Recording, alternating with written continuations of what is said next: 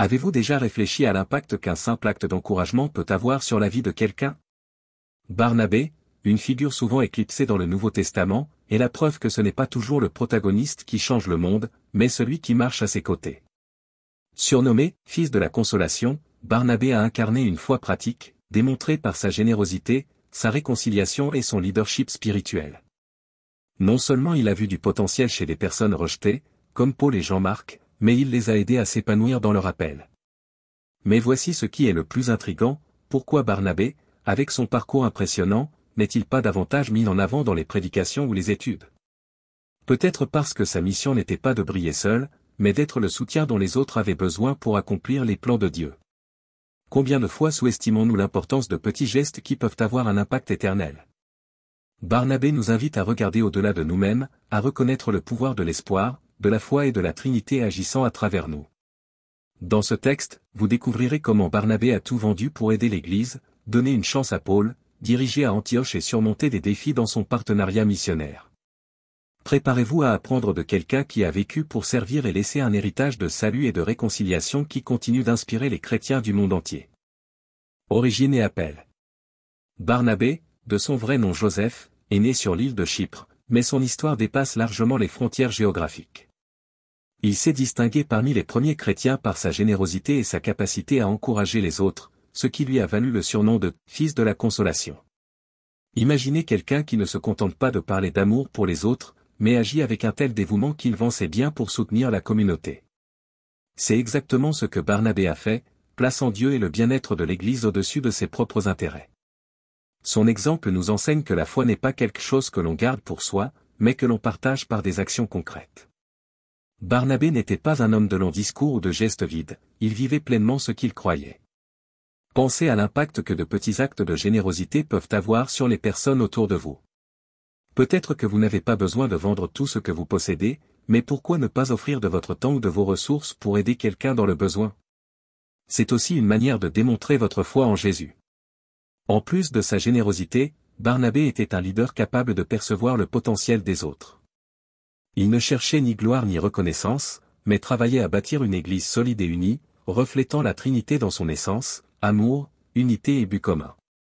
Son dévouement a ouvert des portes pour de nombreux chrétiens, surtout en période de persécution. Et c'est dans cet esprit d'encouragement qu'il a croisé le chemin de quelqu'un qui allait transformer l'histoire du christianisme. Soutien à Paul. Barnabé fut l'un des premiers à croire en Paul, même lorsque tous les autres se méfiaient encore de lui. Après tout, Paul avait un passé de persécuteur de l'Église, et sa récente conversion semblait trop belle pour être vraie. Imaginez l'impact d'une personne comme Barnabé, qui a choisi de voir au-delà du passé de Paul pour reconnaître le plan de Dieu pour sa vie. Il l'a présenté aux apôtres et l'a défendu, montrant que la grâce divine peut transformer n'importe quelle histoire. L'attitude de Barnabé nous enseigne la puissance de croire en quelqu'un, même lorsqu'il est encore en chemin. Pensez à une personne autour de vous qui pourrait avoir besoin d'un mot d'encouragement ou d'une seconde chance. Tout comme Barnabé l'a fait pour Paul, vous pourriez être le pont qui connecte quelqu'un à son objectif en Dieu. De petits gestes de confiance peuvent ouvrir des portes pour que d'autres s'épanouissent spirituellement. Le partenariat entre Barnabé et Paul est allé au-delà des mots. Ensemble, ils ont travaillé à répandre l'Évangile et à fortifier la foi parmi les chrétiens. Leur exemple nous rappelle que Dieu ne nous appelle pas à marcher seuls, mais à construire des relations qui reflètent la Trinité, unité, collaboration et amour.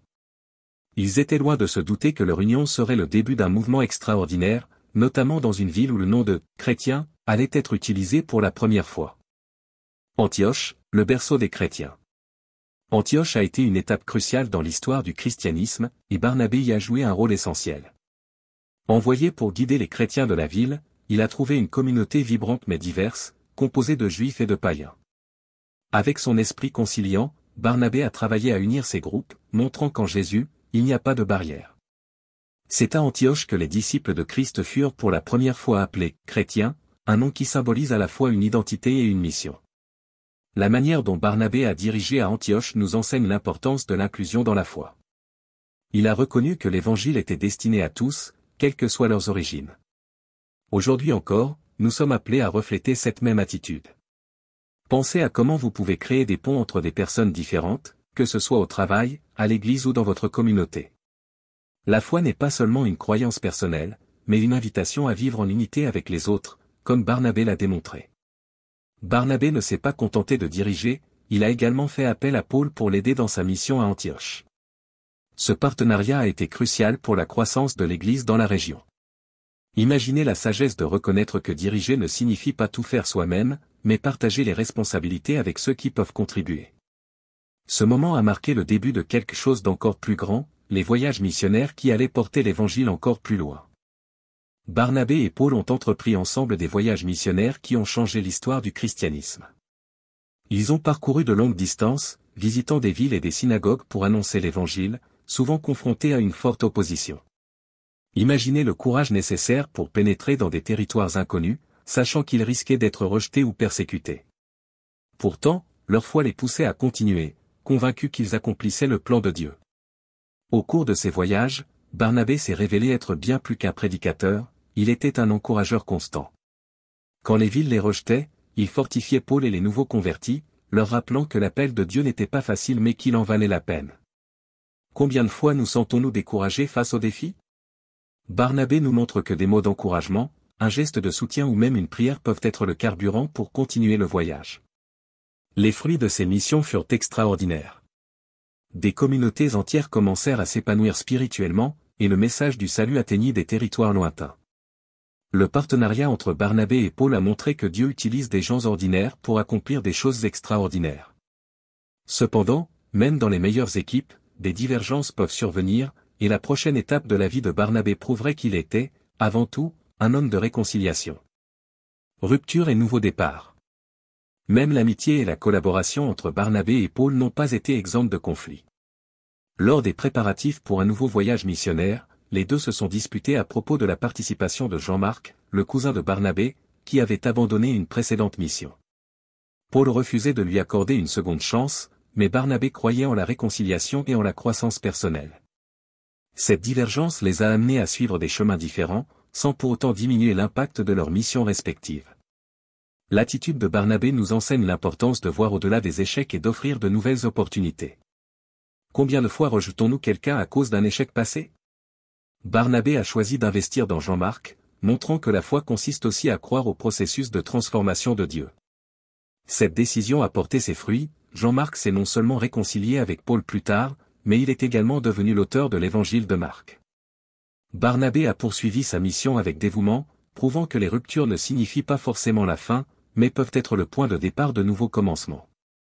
Son histoire nous rappelle que, même dans les désaccords, Dieu continue d'agir, utilisant nos choix pour accomplir ses desseins. Ainsi, la trajectoire de Barnabé se termine comme elle a commencé, un homme prêt à consoler, restaurer et fortifier ceux qui l'entourent, laissant un héritage de foi et d'espoir qui résonne encore aujourd'hui. L'histoire de Barnabé nous montre que la grandeur ne réside pas dans la recherche de reconnaissance, mais dans le fait d'être un canal de transformation dans la vie des autres. Il a démontré que la foi va au-delà des paroles, elle se vit à travers la générosité, l'encouragement et des actions qui reflètent l'amour de Dieu. Et vous, comment pouvez-vous être un « fils de la consolation » dans votre communauté ? Pensez aux personnes autour de vous qui ont besoin de soutien ou d'une nouvelle chance. Peut-être que, comme Barnabé, vous pouvez être le pont qui aidera quelqu'un à trouver son véritable appel. Pourquoi ne pas commencer dès aujourd'hui ? Cherchez des moyens pratiques d'exprimer votre foi. Offrez votre temps, priez pour quelqu'un ou simplement donnez des paroles d'encouragement. Lisez des récits comme celui de Barnabé dans la Bible et méditez sur la manière dont vous pouvez appliquer ces enseignements dans votre vie. Souvenez-vous, de petits actes de foi et d'amour peuvent avoir un impact éternel, même si vous n'en voyez pas immédiatement les résultats. Maintenant, c'est à vous d'agir. Quelle décision prendrez-vous pour vivre une foi qui inspire les autres ? Si ce texte vous a aidé, abonnez-vous à cette chaîne et activez les notifications pour continuer à découvrir comment la foi peut transformer des vies. Après tout, la transformation commence par une décision et cette décision peut être prise dès maintenant.